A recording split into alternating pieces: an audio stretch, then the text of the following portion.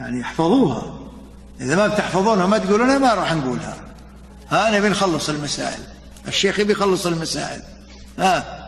أيضا خصه النبي صلى الله عليه وسلم، قال والله يا أبا بكر لا تدع دبر كل صلاة، والله إني أحبك، حبك يا أبو بكر، وبيني وبينك امسكها هذه وقولها دبر كل صلاة. ما هي؟